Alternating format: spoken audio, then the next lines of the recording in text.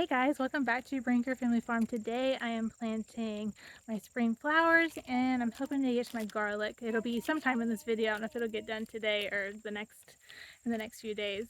But the first thing I was planting are these alliums.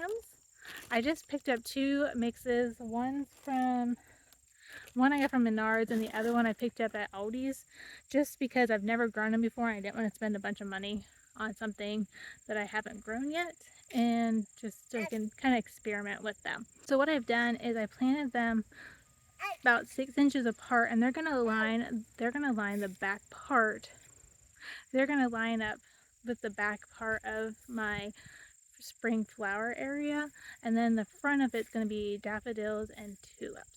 So last year I had to worry about chickens tearing up the flower bulbs. I had to replant them like 3 times. This year I just have two little boys. But anyhow, so you can see where all these little white are.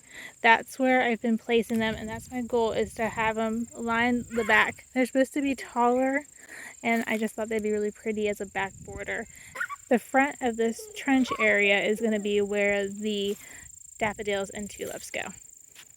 Sweet Eliana got me some water and has my mint in it. So this year I got a lot of my daffodils. And tulips from Menards.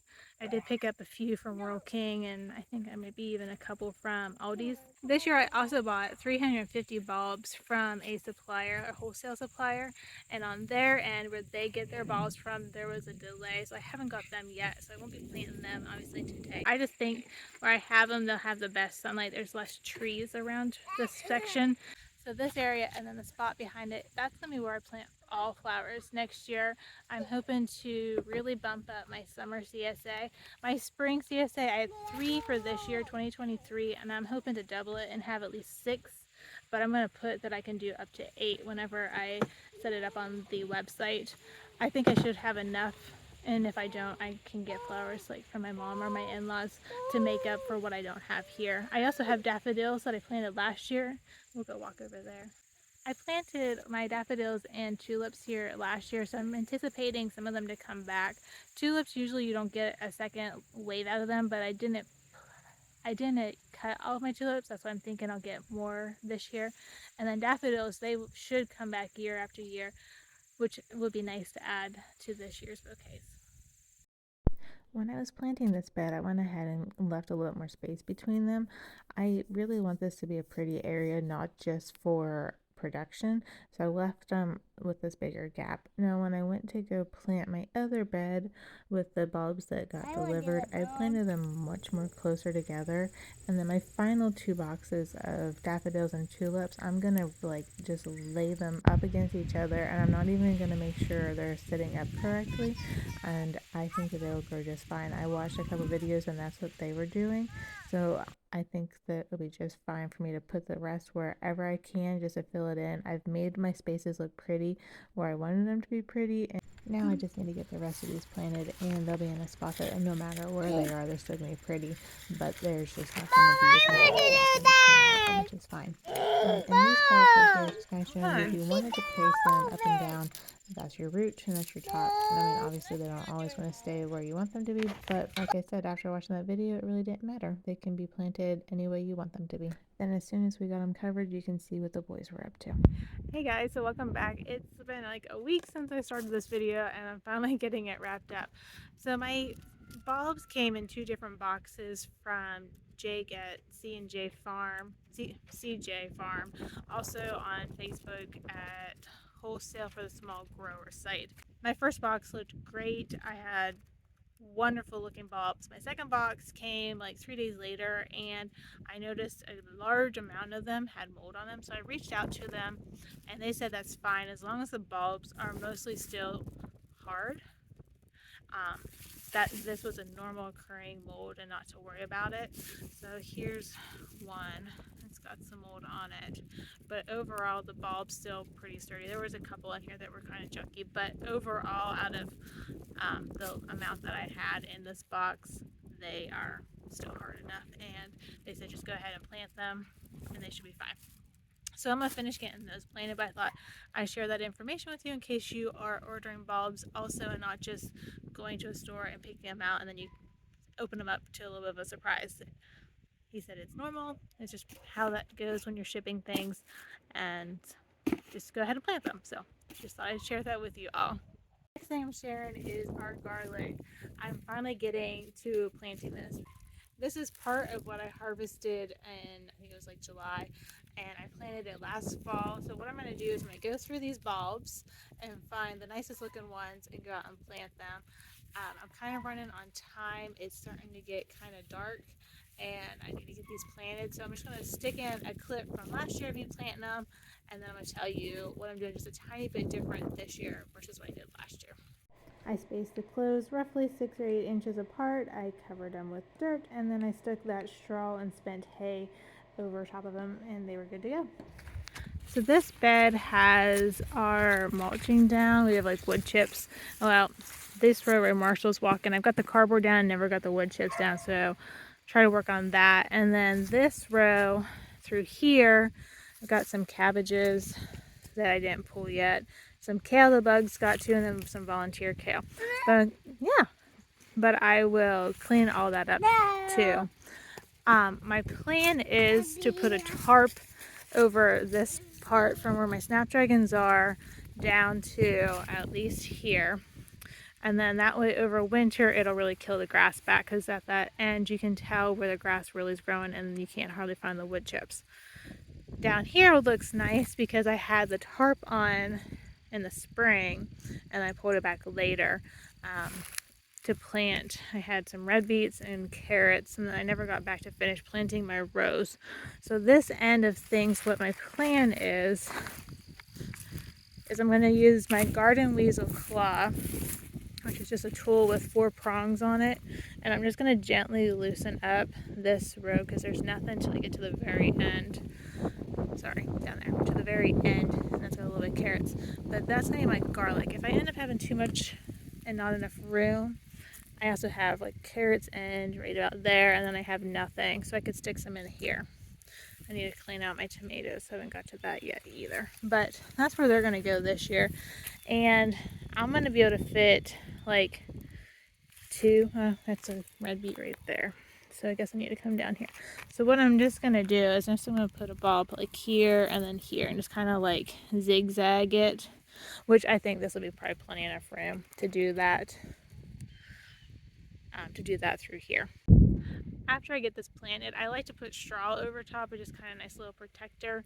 And I have some rabbit poop that's got a lot of straw in it because she tears it out of her pen. So it's just been sitting in a tote underneath her pen on the deck. And I'm going to put that over top of the garlic, and it'll just protect things. Plus it'll give it a little extra nutrients because I have not done anything in this section, and that was on my list of things I wanted to make sure I did next year, was really make sure I top dress things with good compost. Because of this one having the rows, we don't just throw on whatever. And like the other part of the garden, we threw on a lot of cow poop last year. No, the beginning of this year. So this section, I'm going to try to be a little more diligent about getting it top dressed, especially since I have that rabbit poop up there, and it'll work really good. It's not hot. I can apply it straight on there and it'll start breaking down and working its magic. I went up to the deck to grab my garlic. So this is some of my garlic that I got from last year. I got this garlic from Annie's. It's like an organic place.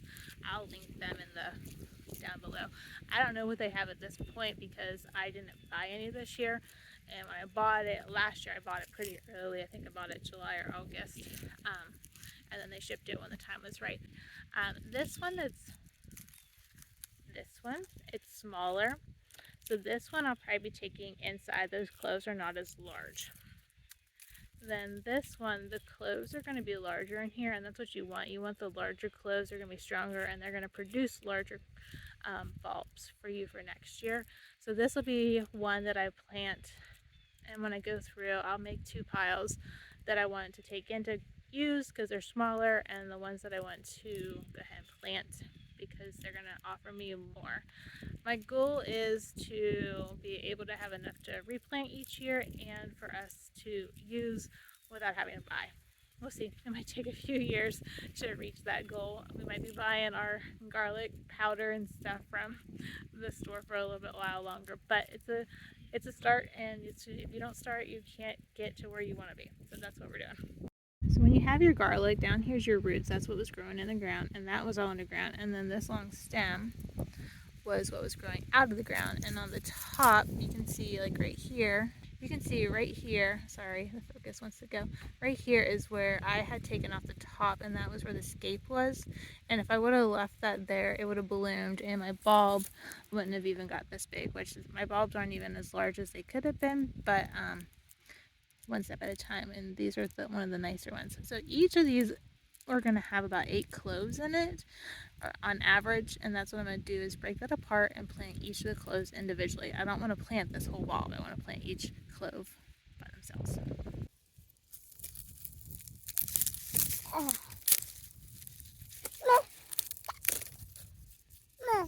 My bad.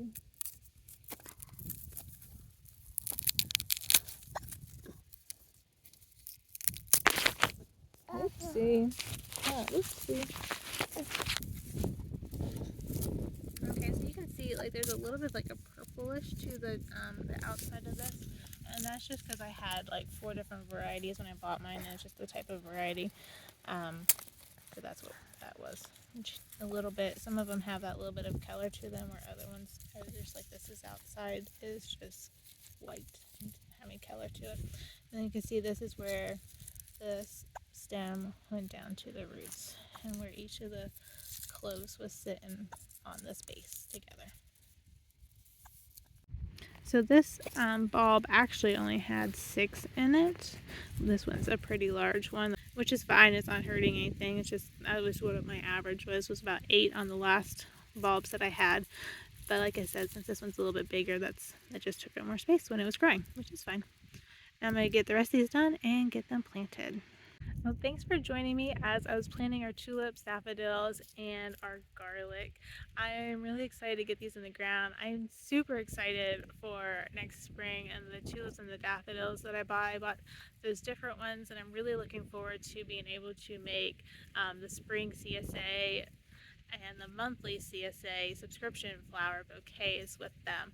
This year is my first year I did a spring and a summer CSA subscription, and it was for 4 weeks, and I really enjoyed it, and I'm looking forward to doing it again. That's kind of another reason I went for some different varieties in the male type versus just going into the store to get them. That just offer some different ones, and I can't wait for spring to start seeing what it was in those mixes and what colors I ended up with. If you're local, I'm going to be taking flowers into Carrollton and Salineville.